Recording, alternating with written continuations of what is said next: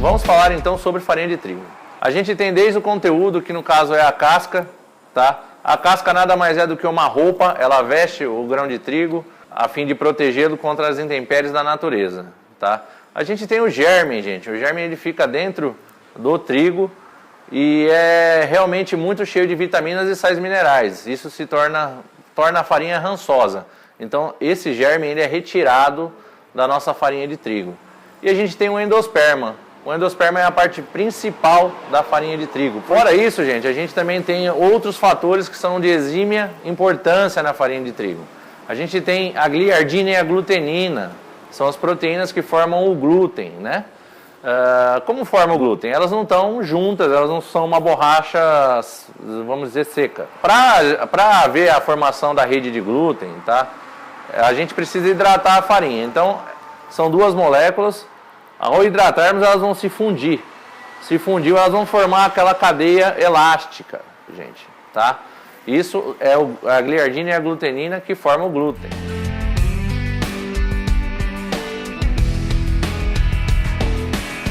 Vamos lá, gente. Vamos falar então agora sobre farinha tipo 1, tá?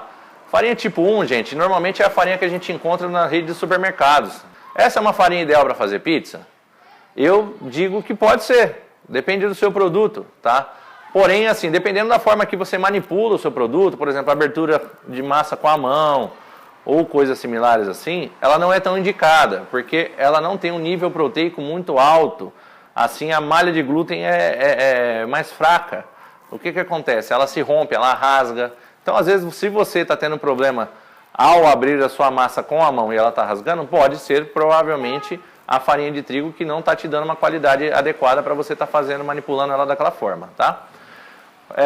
A farinha tipo 1, que a gente encontra normalmente, ela é mais indicada para realmente fazer bolos, tá? Justamente por ela ter um nível proteico menor, tá? Assim ela retém menos a condensação dos vapores do cozimento do bolo e ele fica aeradinho, como uma esponja, de uma forma correta, gostosa, fofinha, tá? Se ela tivesse muita proteína, o que aconteceria? Ela iria ficar um bolo solado e não iria ficar de acordo com o que a gente gosta, tá, gente?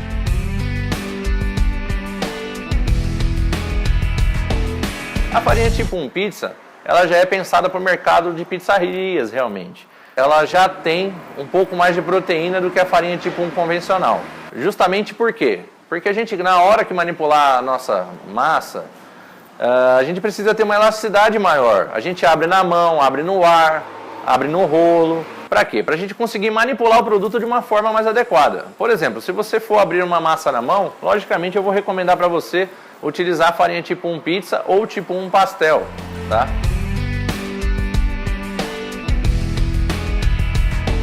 Vamos falar agora então sobre a farinha tipo 1 pastel, gente, tá? A farinha tipo 1 pastel pode ser utilizada para fazer pizza? Pode, com certeza pode. Tá? Em alguns lugares do Brasil a gente tem dificuldade de achar a farinha tipo 1 pizza. Normalmente a gente acha tipo 1 convencional que não é recomendável. Tá? No caso, se não tiver a farinha tipo 1 pizza, você pode sim utilizar a farinha tipo 1 pastel. A farinha tipo 1 pastel, ela tem mais proteínas, justamente por quê? Porque ela é ideal para produtos que não são fermentados, tá? Então, mediante isso, ela tem mais proteínas. É ideal para fazer massa de macarrão, massa de lasanha, massa de pastel, tá ok? Então, na ausência da farinha tipo 1 pizza, pode usar a farinha tipo 1 pastel sem o mínimo problema e às vezes pode ser que ela te dê até uma qualidade superior à farinha tipo 1 pizza.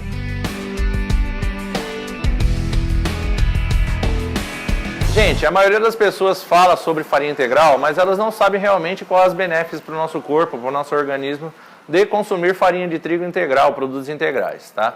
Eu vou dar uma breve explicação para vocês dos benefícios de consumir farinha integral, tá? Farinha integral, ela é a farinha de trigo íntegra, o nome já diz, tá? Ela então vem envolta de casca, do amido, enfim, de tudo que a gente precisa para fazer uma massa de pizza. Porém, o que acontece? Quais as diferenças dela para uma farinha de trigo tipo 1? A farinha de trigo tipo 1, ela é um carboidrato simples, tá? Como ele já foi processado, ele é absorvido pelo nosso corpo de uma forma muito rápida. Ou seja, carboidrato no nosso corpo é energia, tá? Ele é o combustível que nos faz Se ele é absorvido de uma forma muito rápida, o que acontece? Ele vai dar um up de energia para o nosso corpo quase que instantâneo. Se você não gastar essa energia, você vai acabar acumulando o quê? Gordura, tá? Normalmente as pessoas acham que o fato de elas comerem aquela gordurinha da picanha, né, comer um cupim, eu vou engordar porque eu estou consumindo essa gordurinha. Na verdade, uma mentira, tá? O que nos engorda realmente é o carboidrato, tá? Até a gente tem até dietas aí, quem está em dieta pode procurar a dieta do Dr. Duncan, do Dr. Atkins, tá? São dietas à base de proteínas, tá? Proteína nada mais é do que carne animal, ovo, enfim. Já a farinha integral, ela é um carboidrato complexo. Por quê? Porque ela leva um tempo maior para ser absorvida pelo nosso corpo. Então a gente tem uma digeribilidade mais lenta. Com isso, ela vai fornecer para a gente energia de uma forma gradual, dando tempo assim para a gente gastar essa energia. Logicamente que, se você consumir tudo em excesso, não adianta, você vai engordar da mesma forma. Não adianta você consumir um produto integral e você consumir muito, entendeu? A gente tem que ter o balanceio do nosso consumo de calorias diários, tá? Então, mediante isso, que o pessoal procura usar a farinha de trigo integral, tá? Para uma forma de bem-estar, saúde, evitar engordar, enfim, pessoas que têm diabetes, como as enzimas da farinha de trigo vão ser quebradas de uma forma mais lenta pelo nosso organismo, então ela também, o teor de açúcar que vai se transformar, esse amido, esse carboidrato, vai ser de uma forma mais lenta, então não vai elevar o nível de insulina da pessoa, enfim. Esses são os benefícios de utilizar uma farinha integral.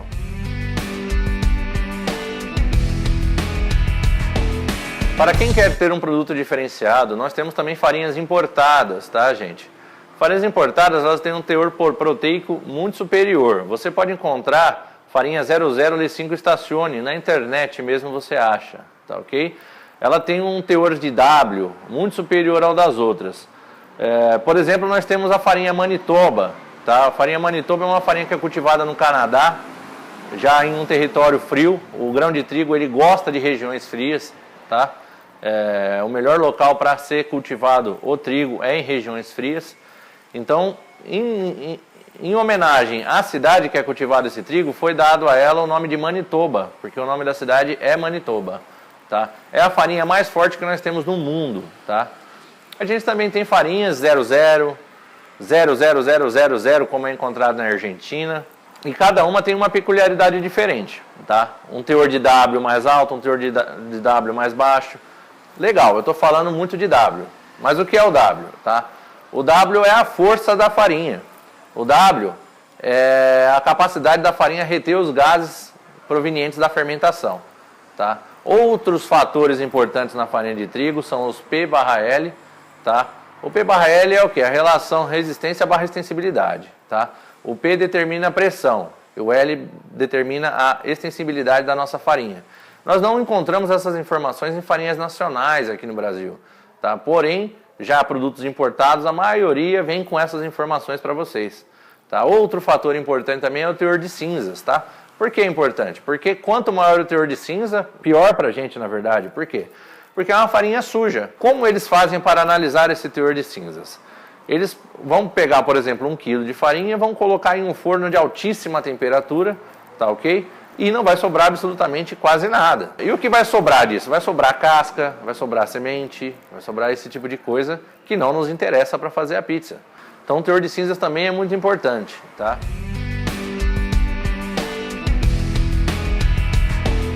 Em cada farinha dessas, vocês têm que prestar atenção, por quê? Porque em termos de ingredientes, você não vai ver muita diferença. A mesma quantidade de sal, de açúcar, óleo, azeite, enfim. Você pode usar, normalmente você pode repetir em todas. Porém, pode haver variação do quê? Da absorção de água por cada farinha, tá? Então, por exemplo, uma farinha de trigo tipo 1 normal, ela pode absorver uma quantidade menor de água do que uma farinha tipo 1 pastel, por exemplo.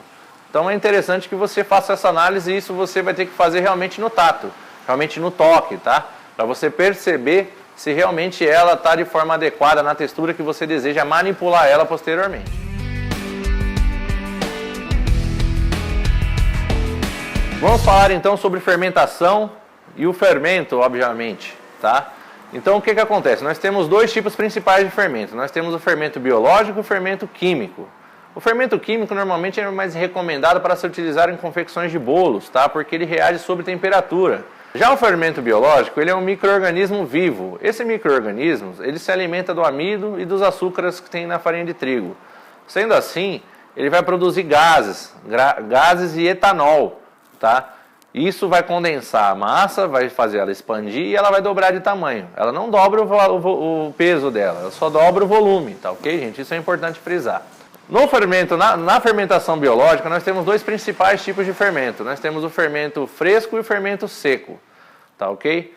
Ambos eles têm formas de trabalhar diferentes um do outro, tá ok? O fermento biológico seco, ele é 3 vezes mais forte do que o fermento biológico fresco, tá ok?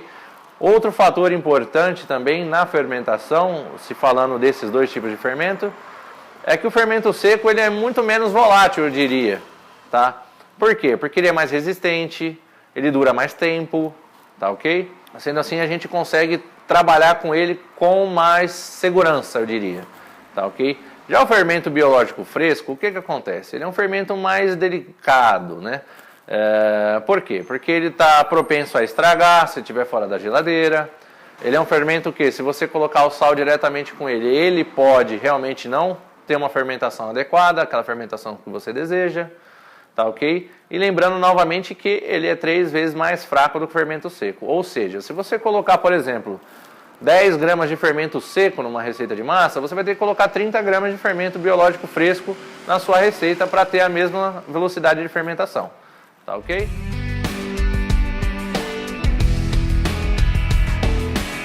É importante dizer para vocês que nós temos vários tipos de fermentação.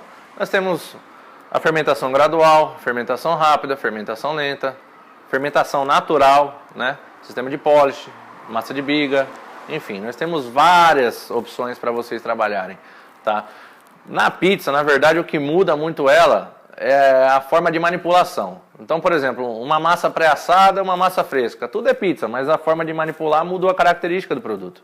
Tá? E a forma de fermentação pode ser, sim, mudar a característica do produto. Você já consumiu uma pizza que você, ao degustar, você sentiu uma sensação de peso na barriga? Pois é, isso provavelmente é por conta de uma fermentação ineficiente, tá ok? Uma massa pesada, normalmente é uma massa que não está fermentada da forma adequada. Por isso, o interessante é que você utilize sempre uma fermentação mais lenta, tá? Por quê? Porque o fermento ele quebra as enzimas da farinha de trigo, da massa em si, tá ok? Fazendo assim, ela já vai vir com as moléculas quebradas para o nosso corpo. Assim a gente vai digerir ela de uma forma mais rápida, ela vai ter um peso menor, a gente não vai ficar com aquela ânsia, aquele peso na barriga. E qual eu devo trabalhar? Bom, eu, na minha pizzaria, trabalho com fermento biológico seco, tá ok? Eu acho mais fácil de trabalhar. Mas eu diria para vocês que tudo depende do processo que você vai utilizar na fabricação da sua massa. Por exemplo, para fermentação lenta eu prefiro usar o fermento biológico fresco. Para fermentações rápidas ou no meu dia a dia eu prefiro usar o fermento biológico seco.